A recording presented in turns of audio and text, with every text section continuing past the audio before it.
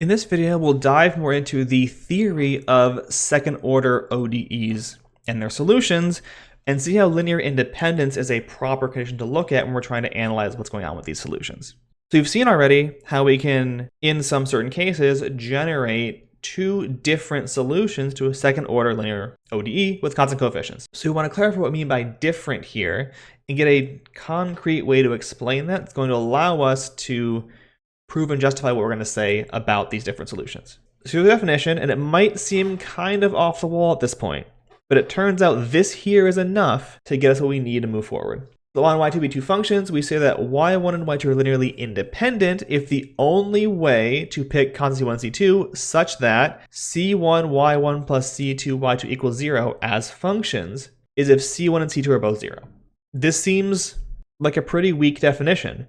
Right? A lot of things in this context are linearly independent, right? You know, t and 1 are linearly independent. There are no ways to pick constants c1 and c2 such that c1t plus c2 is always 0 as a function of t. The only way to do that is making both c1 and c2 to be 0. A linear function crosses 0 at most once, unless it's identically 0. But we'll see it's actually strict enough to get us what we need to do with the rest of this chapter. So what else can we conclude from this on its own? Well, if two functions are linearly dependent, what does that mean? It means that there are constants c1 and c2 such that c1y1 plus c2y2 is 0. Well, I can rearrange this to say that c1y1 is negative c2y2, or dividing through by c1, y1 is negative c2 over c1y2, or it's sum a times y2. So if I have two functions, this only works for two functions, that are linearly dependent, it means that they are constant multiples of each other. So two functions are linearly dependent if and only if they are constant multiples of each other.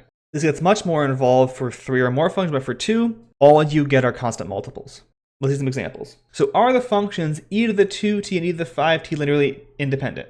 Well, based on our initial setup, we either need to pick constants c1 and c2, so that c1 e to the 2t plus c2 e to the 5t is 0, or we need to find a constant a, so that e to the 2t equals a e to the 5t. Well, this I can just solve. A must be e to the minus 3t, and that's not constant. So these two are in fact linearly independent.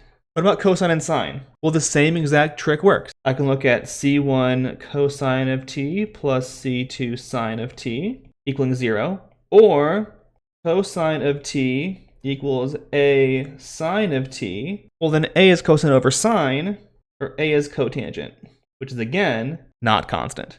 What about our last set? Our last set here is e to the t, e to the minus t, and cosh t, or hyperbolic cosine of t. Well, this is three functions. We can't do anything with our normal formula or our trick for constants with that. But if we know the definition of hyperbolic cosine, it's going to help us out a lot. So for the sake of that, the definition of the hyperbolic cosine is e to the t plus e to the minus t over 2. If I shuffle this around, I can get this to read that 2 hyperbolic cosine of t minus e to the t minus e to the minus t equals 0. This is my answer. I have now found constants c1, c2, c3 that make this work. So based on my ordering up here, if I pick negative 1 times e to the t plus negative 1 e to the minus t plus 2 hyperbolic cosine of t, that gets me 0. And so these are linearly dependent. There are constants that work. Now, if we want to clarify why this idea of independence is right, we need a little more theory first. And the main lever here is the uniqueness theorem. So the uniqueness theorem should look similar to you. It's going to be similar to the one we had for first order. If I have an initial value problem, so I have second order, and the appropriate two initial values, and p, q, and g are continuous on some interval, then there's exactly one solution on that interval I. It exists, it is unique on that interval I where p, q, and g are continuous. Recall the first order one so that if we have y prime plus p of ty equals g of t, and p and g are continuous, I give you initial condition, then the solution will exist on that interval where those things are continuous. It's the exact same setup here. We just have one more function now. We have a q that's thrown in there because we have a higher order equation, and we have the appropriate two initial conditions given for this problem. So the main takeaways here is that these two initial conditions are the right way to state IVPs. So y at t0 equals something and y prime at t0 equals something is the right way to state initial value problems for this type of problem. The second point is what's going to be useful to us going forward. And for that, we're going to assume that g of t is 0. So if g is 0, that side's gone, it's homogeneous. The question you want to ask by this is what solves this problem? Y double prime plus p of t y prime plus q of t y equals 0 with y of t0 equals 0 and y prime of t0 is 0. So I've now removed the right-hand side, it's now 0, and I've set both initial conditions to 0. Well, the claim here, y of t identically 0, solve this problem. No matter what t0 is, y at that point is 0. No matter what t0 is, y prime at that point is also 0 because it's a horizontal line. And if I plug 0 into the left-hand side of my equation, I just get 0. So it solves. What does this theorem then say? It then says that 0 is the only solution to this problem, provided p and q are continuous on the domain that we care about.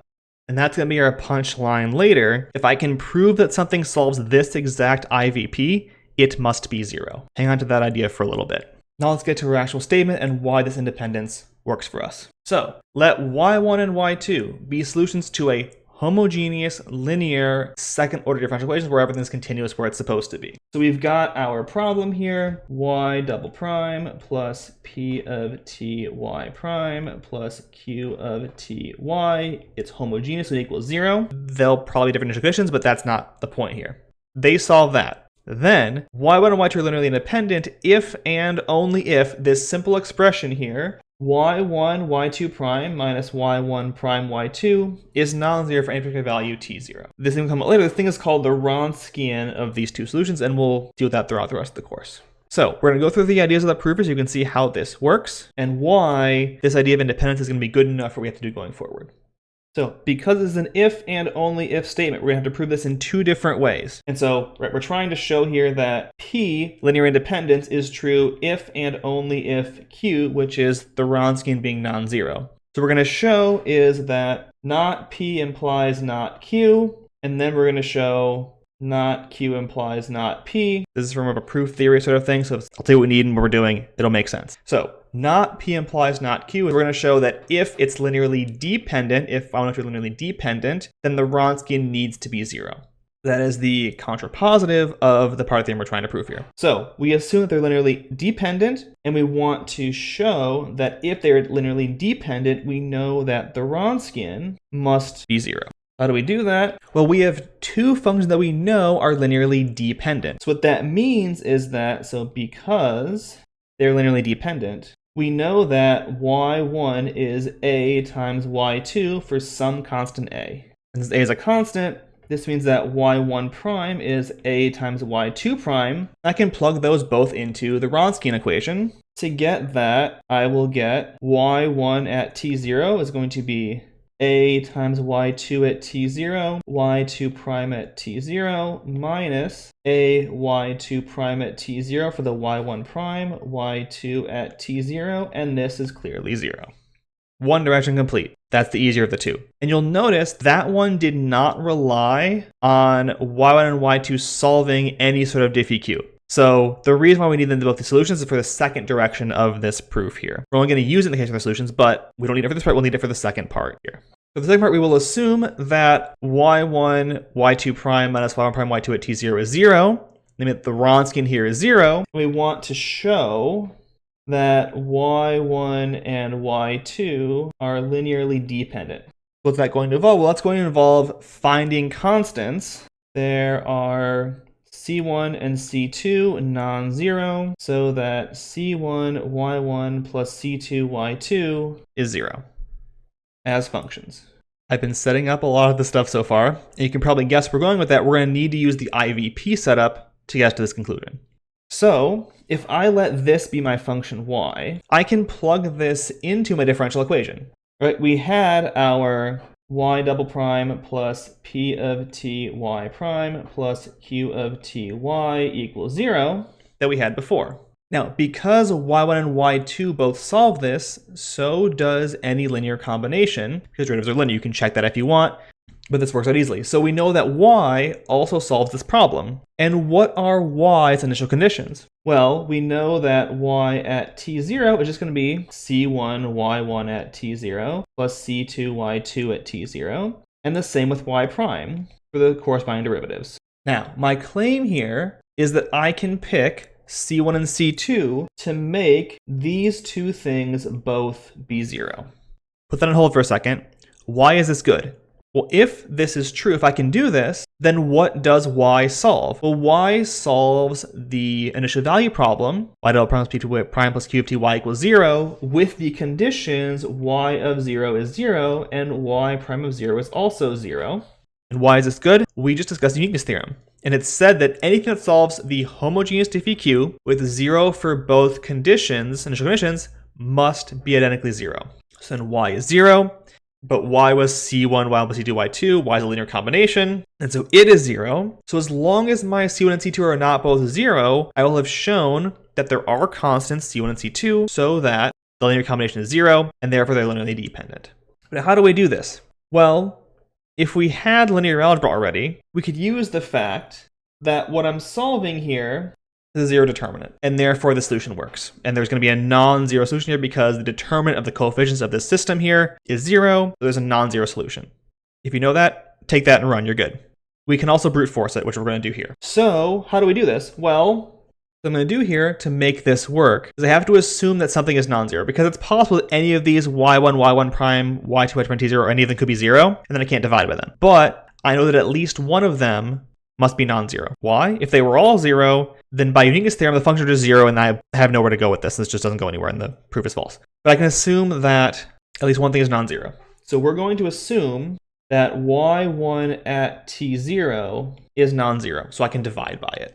If I do that, I can take this first equation and have it tell me that c1 equals negative y2 at t0 over y1 at t0 times c2.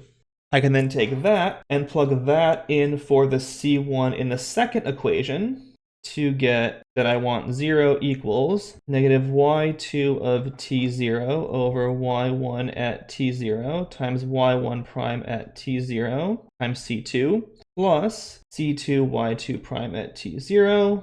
And again, y1 of t0 is non-zero. I can multiply it to both sides and not mess up my equation. And this ends up becoming c2 y1 at t0, y2 prime at t0, minus y2 at t0, y1 prime at t0.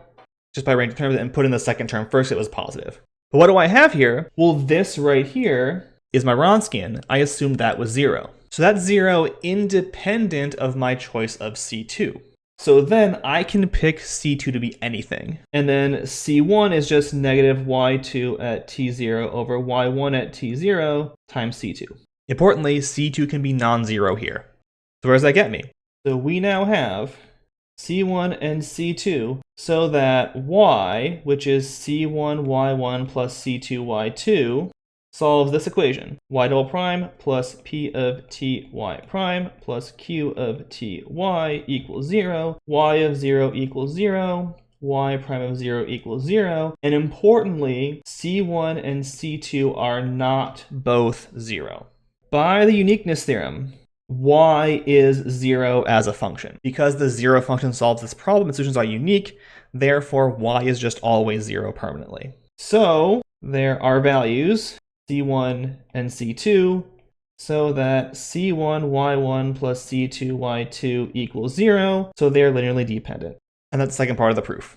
That was a lot, I know, I'm sorry. So where does that get us? Well, that tells us, going back to the actual theorem statement, linear independence is the right condition. And we'll see later how this Wronskian condition here that we've gotten from linear independence is going to be what we actually need to solve initial value problems. To say no matter what we pick for y of 0, y prime of 0, we can always solve it for the constants. The key fact will be that this Wronskian here is non-zero, which we know it is, as long as we have linear independence. Now they can check that we're looking for that things are not a constant multiple of each other. As long as we have that, we're good. They're independent. The Wronskian is going to work out, and then we'll be able to solve whatever IVPs we want to solve, using those things to give rise to our full general solution.